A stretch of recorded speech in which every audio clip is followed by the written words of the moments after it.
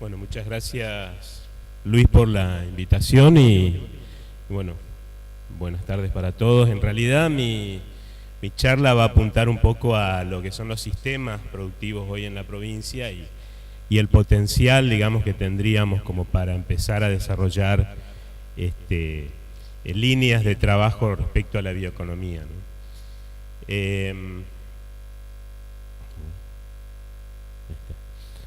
Bueno, los sistemas productivos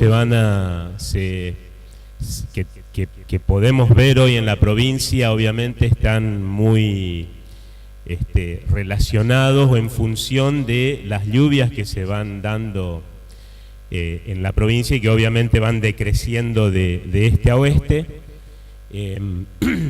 Las isoietas nos van marcando el tipo de producciones que tenemos y en función de eso nosotros reconocemos zonas muy delimitadas, como es lo que tienen marcado ahí en azul y en celeste la zona del este, que es la zona con el mayor milimetraje en cuanto a precipitaciones y que también define un paisaje muy característico y el tipo de sistemas productivos en los cuales encontramos diferencias muy marcadas, como lo que podría ser la zona del oeste, lo que está marcado en amarillo y en verde, que ya estamos en la región del semiárido, en una situación muy similar a la que se puede encontrar en Santiago del Estero, por ejemplo, o en el este de Salta, con ya milimetrajes que limitan en muchos casos determinadas producciones y también limitan, digamos, el tipo de sistemas que vamos a encontrar ahí, ¿no? Nosotros podemos, los sistemas productivos que hoy predominan en esas zonas, si empezamos del oeste hacia acá, vemos que en esa región del Chaco vamos a encontrar básicamente sistemas agrícolas extensivos, sistemas ganaderos también, netamente ganaderos, y sistemas mixtos. En ese caso es una ganadería más bien de cría, y en el caso en donde se trabaja con sistemas silvopastoriles, por ejemplo, que son sistemas que se han ido desarrollando en estos últimos años con la introducción de pasturas megatérmicas y que han marcado, digamos, el mejoramiento de esos campos en los cuales realmente 10 o 15 años atrás tenían una carga animal bajísima. Hoy son campos que están desarrollando, si bien una ganadería de cría con una carga animal mucho más importante, ¿no? Pero bueno, ahí es donde encontramos hoy también los sistemas agrícolas extensivos de mayor importancia, al menos en cuanto a superficie y a producción, ¿no es cierto? Ya que en esa zona se encuentran los campos dedicados a la producción de soja, básicamente, que en rotación con algunas gramíneas como maíz o sorgo, que son las más adaptadas a la zona, ¿no? También hay en esa región, y sobre todo en la región del norte, en la región de Castel y Tres Iletas, podemos ver sistemas agrícolas especializados en la producción hortícola de hortalizas pesadas. Hay una cuenca de alrededor de 5.000, 6.000 hectáreas dedicadas a la producción de cucurbitáceas, básicamente, con sus limitantes y con sus características por ahí, que estamos viendo desde el gobierno de la provincia cómo se pueden causar esas producciones, porque vemos básicamente serias limitantes en el tema comercialización y en el tema de ver cómo se puede procesar y agregar valor, ¿no es cierto?, en esas producciones que hoy se dedican básicamente a la producción de primicia, que es un negocio para el productor muy interesante, pero muy riesgoso, altamente riesgoso y altamente inestable, digamos, y poco sustentable en el tiempo, ¿no es cierto? Toda la franja que está en verde claro, digamos, que corresponde al área central de la provincia. Ahí sí también los sistemas agrícolas y los sistemas mixtos son los que predominan. En cuanto a la agricultura, ahí difiere un poco en la tipología de productor. En esa región central es la región, lo que se llamaba, digamos, el mal llamado domo agrícola del Chaco, que fueron los primeros desarrollos de agricultura en el siglo pasado, ¿no es cierto?, a principios del siglo pasado, con el algodón, básicamente. Ahí es donde encontramos una zona agrícola muy subdividida, con campos relativamente chicos y con muchos años de agricultura continua y en algunos casos con muchos años de monocultivo algodonero, lo cual hoy se traduce en una problemática de suelos degradados, suelos con baja fertilidad actual y que están rotando o reconvirtiéndose a sistemas mixtos, sistemas de granja o sistemas agrícolas, pero con otros cultivos diferentes al algodón, por ejemplo. Y por último, bueno, la región del este, que es probablemente la más diversa en cuanto a sistemas productivos, donde podemos encontrar ganadería. Básicamente ganadería es el sistema productivo que prevalece en esa zona. Es una zona de bajos, una zona de riachos, de cañadas, ¿no es cierto?, donde la ganadería de cría también es la que prevalece, pero también se pueden ver hoy desarrollos más recientes de feedlots, desarrollos de producción porcina, ¿no es cierto?, y otro tipo de establecimientos en una zona en donde la agricultura, digamos, se reduce a las medias lomas o las lomas no inundables y o en los suelos de albardones de los riachos que atraviesan esa zona, que desembocan en el Paraguay y en el Paraná, ¿no es cierto? Entonces podemos encontrar ahí en esta región sí muchos sistemas hortícolas ya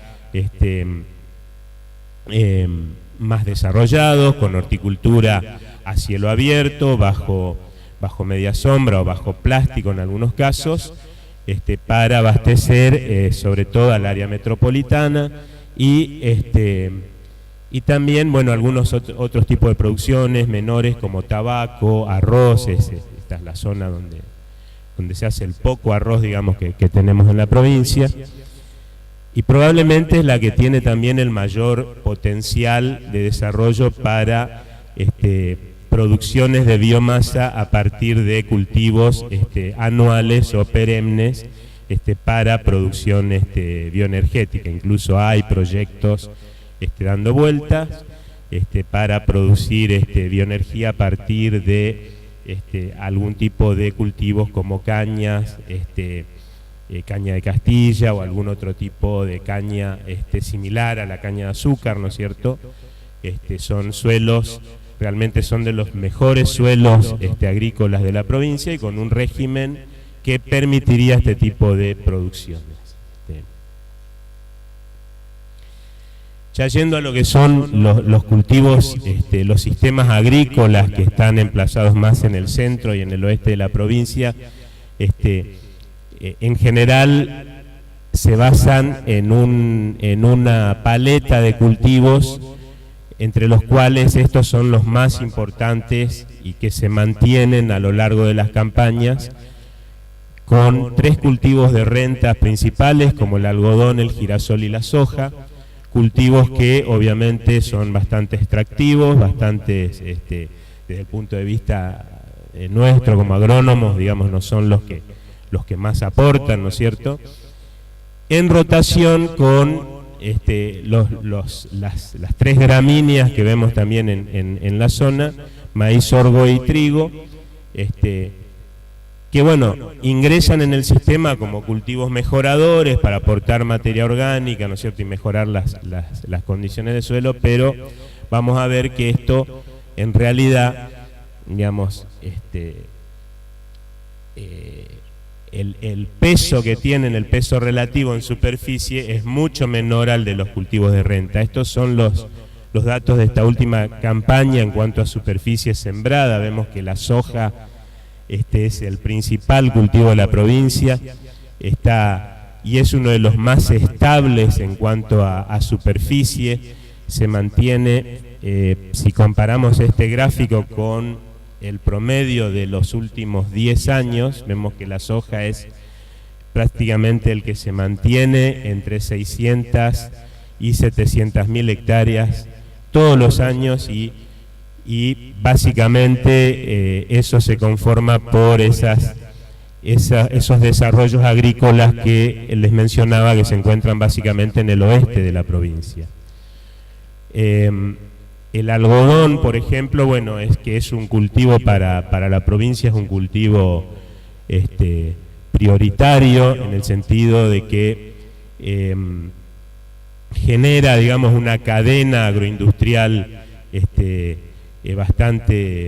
bastante significativa para la economía de la provincia, y es justamente el único cultivo que cumple todas las etapas de transformación, desde el productor hasta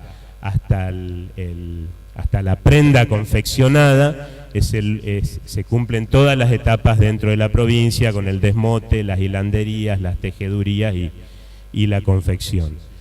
El resto de los cultivos básicamente salen como materia prima, en el caso de soja, girasol, y maíz. Bueno, maíz y sorgo, obviamente, gran parte de ellos se transforma como consumo, ¿no es cierto?, dentro de la provincia, pero bueno, lo que se hace como cultivo industrial, todo sale como materia prima, y todo se procesa prácticamente en la zona del Gran Rosario, y mayormente a exportación, salvo, bueno, girasol, que hay un consumo interno, o parte, digamos, de esa producción va al consumo interno, para molienda, para consumo dentro del país, y el resto como grano para exportación, ¿no es cierto? Acá lo que nosotros podemos ver, y la preocupación es justamente esa, en esta paleta de cultivos, los cultivos de renta, que son los que agronómicamente, digamos, menos nos aportan, son los que más superficie ocupan en la provincia y que año a año se mantienen en esa superficie. Y bueno, los cultivos de rotación lamentablemente están más restringidos a ciertos planteos, en donde, bueno, se los incorporan en la rotación, pero en general la ecuación económica, si bien varía mucho a través de los años de acuerdo a la situación y al precio del producto, normalmente no es tan atractivo, ¿no? También vemos una gran variabilidad en las superficies de esos cultivos. Normalmente algodón y girasol son los dos que compiten por área, o sea, cuando crece mucho el girasol baja la superficie de algodón y viceversa. Pero también vemos este gráfico, lo quise traer porque la línea azul es la línea de superficie sembrada y la línea roja es la línea de superficie cosechada. Vemos que son los dos cultivos probablemente más adaptados a la zona del centro y del oeste del Chaco, más adaptados en cuanto a condiciones agroecológicas, ¿no? Porque vemos a través de los años que prácticamente toda la superficie sembrada se llega a cosechar, no hay prácticamente pérdidas. Sin embargo, si vemos los gráficos de soja o maíz, por ejemplo, ahí sí hay una gran variabilidad. Hay años en donde, por ejemplo, 2011, 2012 o el año 2008, 2009, con las grandes sequías, esos cultivos prácticamente se pierden, ¿no? Si se cosechan a pérdida, ¿no es cierto? Entonces, eso también es un tema a tener en cuenta. Estamos hablando del oeste, donde estos desarrollos se realizaron básicamente en desmontes. Estas producciones se realizan en suelos de desmonte, en una condición climática de semiárido, donde normalmente cuando hay algún problema climático grave, se ve reflejado, ¿no es cierto?, en estas curvas, en donde hay años en donde las pérdidas pueden ser de más del 50%. Son sistemas muy frágiles, en donde realmente nosotros consideramos que el trabajo más importante desde el punto de vista tecnológico en esas regiones apunta a todo lo que sea captación y conservación de agua, manejo del barbecho, y asegurar, digamos, las condiciones para el cultivo de verano, el cultivo principal, ¿no es cierto?, a través de tecnologías. Por ejemplo, ahora se está trabajando mucho en lo que es cultivos de servicio, cultivos, como le llamamos ahora, los cultivos de cobertura, ¿no es cierto?, que se los implanta exclusivamente para, en la época de barbecho, para cubrir el suelo, aprovechar mejor el agua y de paso también controlar malezas resistentes, que ese es el otro grave problema en la zona, con el uso continuo en estos sistemas del glifosato, que fue seleccionando, digamos, las malezas resistentes, y la verdad que hoy es, en algunos lugares,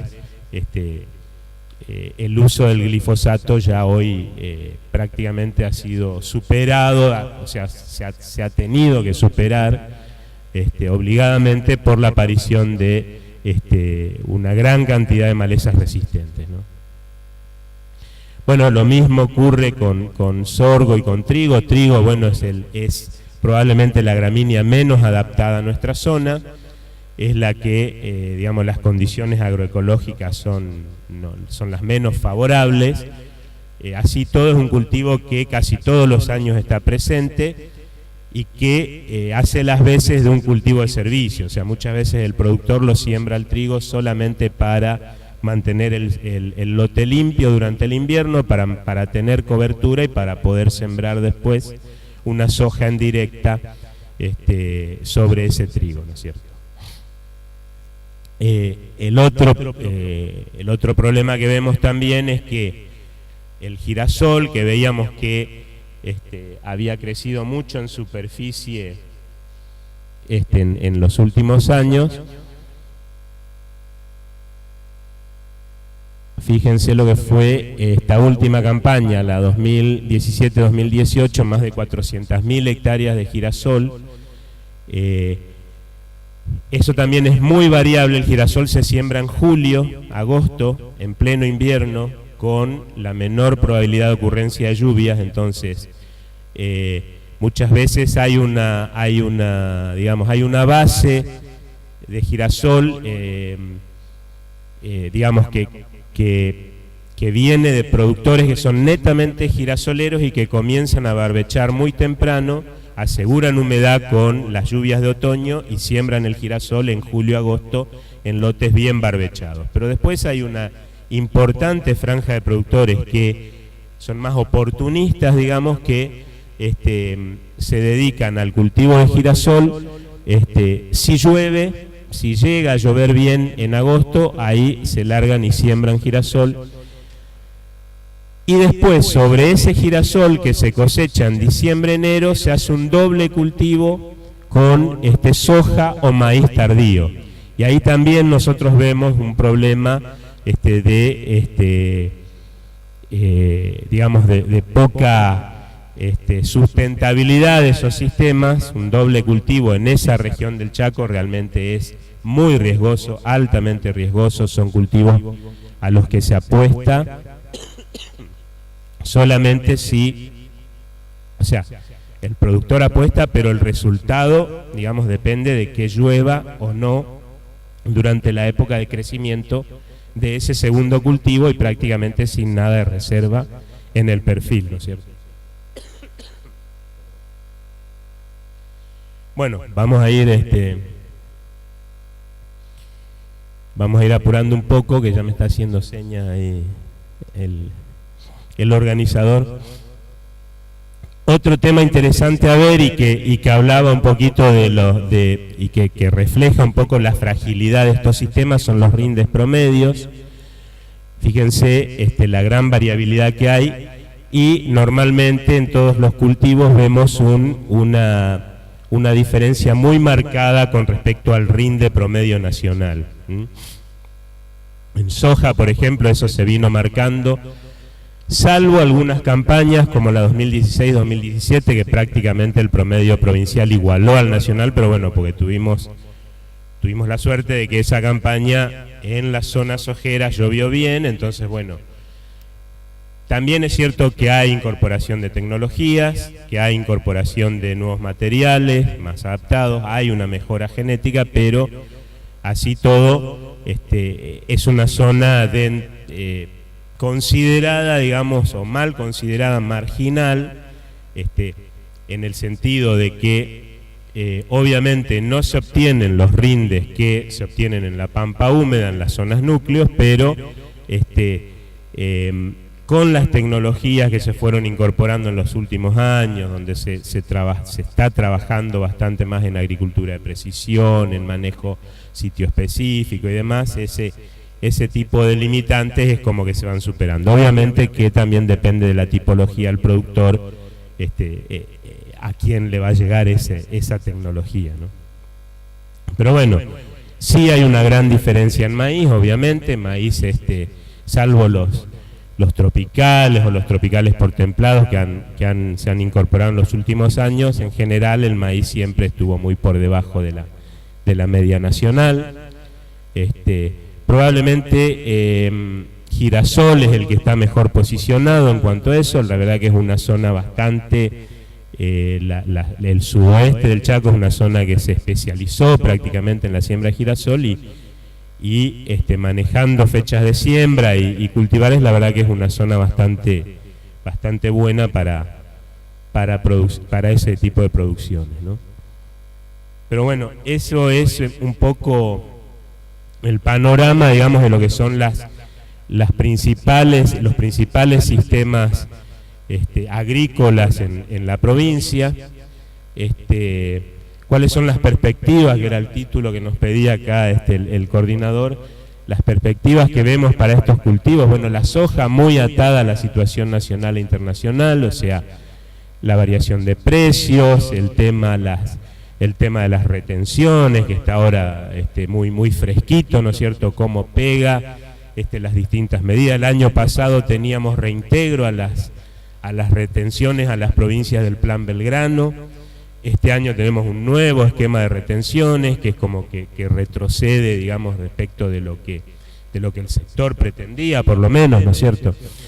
Bueno, todo eso obviamente que va pegando y va en los cultivos de renta, que se definen básicamente por la ecuación económica. Todas estas medidas obviamente hacen que la superficie o las perspectivas a futuro se vean modificadas, ¿no?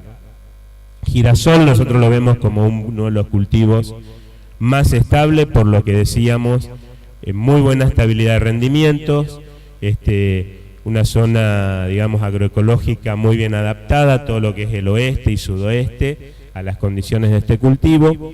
La limitante es la fecha de siembra, y allí sí vemos eso que decíamos, un núcleo de productores girasoleros que mantienen la superficie año a año, y después productores que de acuerdo a la oportunidad se suman, y a los precios obviamente se suman al cultivo o no, y van marcando esa gran diferencia por ahí en superficie. El algodón, vimos un proceso de relocalización muy intenso en los últimos años. Desapareció de las zonas tradicionales prácticamente. Esa Peña, que era el centro algodonero por excelencia, se siembran 3.000, 4.000 hectáreas de algodón.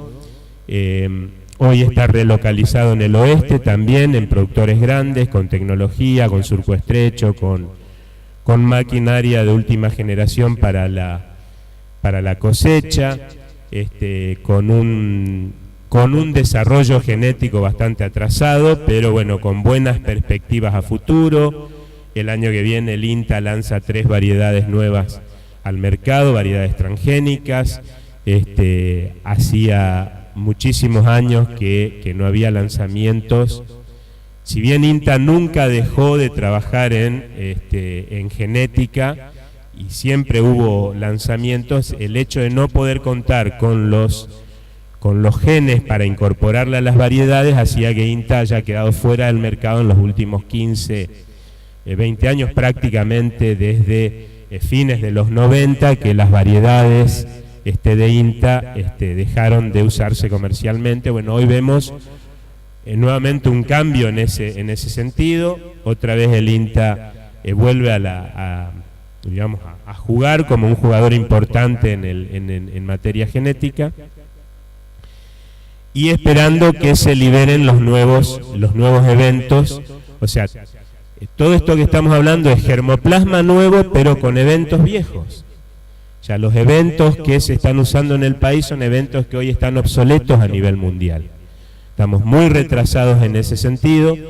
Las nuevas tecnologías que se están usando en Estados Unidos o en Brasil hoy no están disponibles, y hay un problema muy complejo ahí que, bueno, probablemente si se llega a aprobar esta ley de semilla que se viene discutiendo hace un montón en el país y que no logramos que se apruebe, probablemente esto se revierta y tengamos esas nuevas tecnologías disponibles para el productor.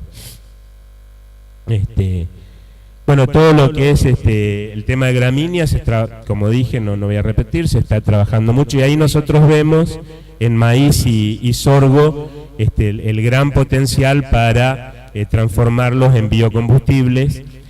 Hay un montón de proyectos dando vueltas para, obviamente, que ese maíz y ese sorgo queden, se transformen, digamos, y haya agregado valor, pero ahí caemos en un problema legal que son las cuotas, digamos, que están fijadas por provincia para producción de bioetanol para corte en los combustibles que actualmente usamos. Y esas cuotas, obviamente que esas cuotas van modificándose con el tiempo, al igual que los porcentajes de corte, pero bueno, me parece que de acuerdo a lo que veíamos, a cómo son los sistemas agrícolas en la provincia, probablemente la perspectiva más importante para nosotros radique ahí, digamos, en ese tipo de cultivos.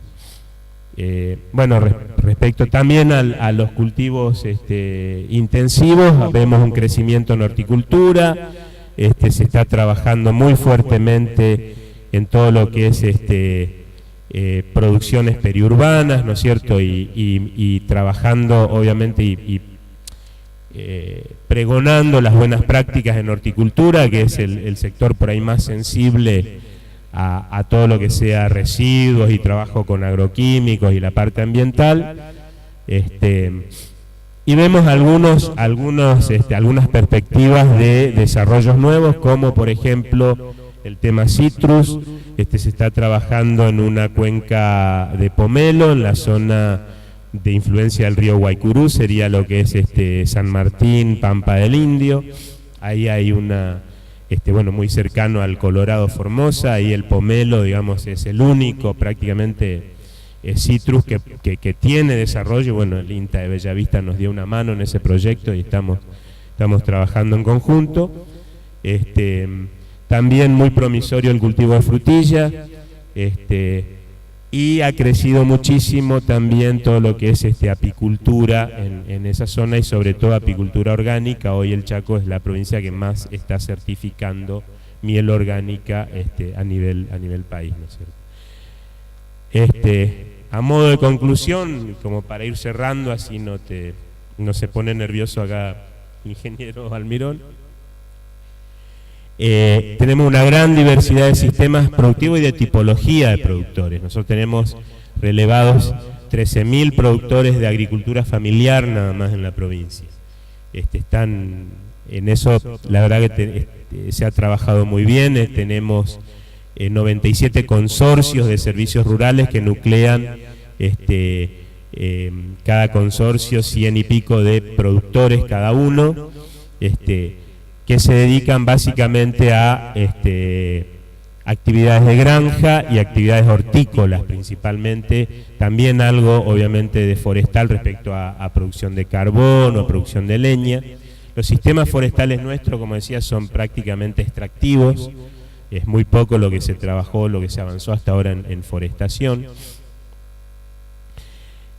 Una elevada fragilidad en el oeste, ¿no es cierto?, con proceso de degradación de suelos y de concentración de tierras, en donde se está trabajando justamente en reconversión, en recuperación, mediante cultivos de servicio, tecnologías de agricultura de precisión. Nosotros estamos desde la provincia apoyando a productores que adquieren tecnología para realizar agricultura de precisión, todo lo que son los sistemas selectivos de aplicación de herbicidas, donde hay un enorme impacto ambiental en el ahorro de agroquímicos, todo lo que sea tecnologías de desarrollo sitio-específicos y tecnologías de mapeos, mapeos de cosecha y aplicación selectiva. Bueno, todo eso que es muy incipiente, pero que cada vez adquiere más importancia, se lo está tratando de fomentar con líneas de crédito y financiamientos accesibles, porque es tecnología en general muy poco accesible, sobre todo para el mediano y el pequeño productor, ¿no?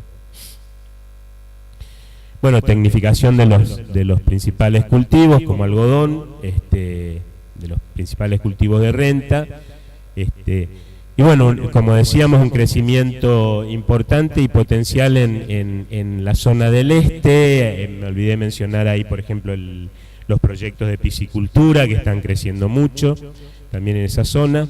Se está trabajando incluso en arroz orgánico también ahí. Y la consolidación de la cuenca de cucurbitáceas, pero con un gran desafío que es la transformación. No podemos seguir incentivando producciones que tienen precio 15 días al año. Realmente es una locura. Entonces, bueno, ahí estamos trabajando en ver cómo se puede procesar, poner plantas de deshidratado o de algún tipo de procesamiento para que esas producciones sean mucho más sustentables en el tiempo. Y bueno, después todo lo que tiene que ver obviamente con sustentabilidad, con trazabilidad, con fiscalización ambiental, y con producciones agroecológicas también se están motivando desde nuestro ministerio.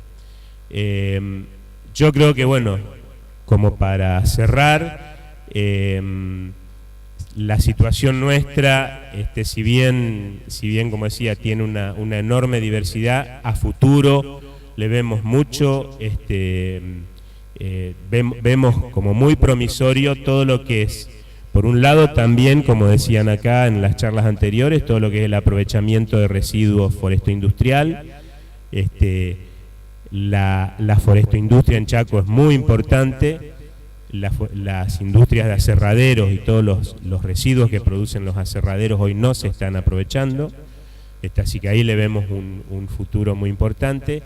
Residuos de industrias como el desmote del algodón también pueden sumarse a proyectos de bioenergía, o de aprovechamiento al menos, de algún tipo de aprovechamiento, y sí todo lo que tiene que ver con biocombustibles. Ahí es donde probablemente le veamos el mayor desarrollo de acá a futuro. Así que bueno, por mi parte eso es todo, y bueno, les agradezco muchísimo la invitación y la atención.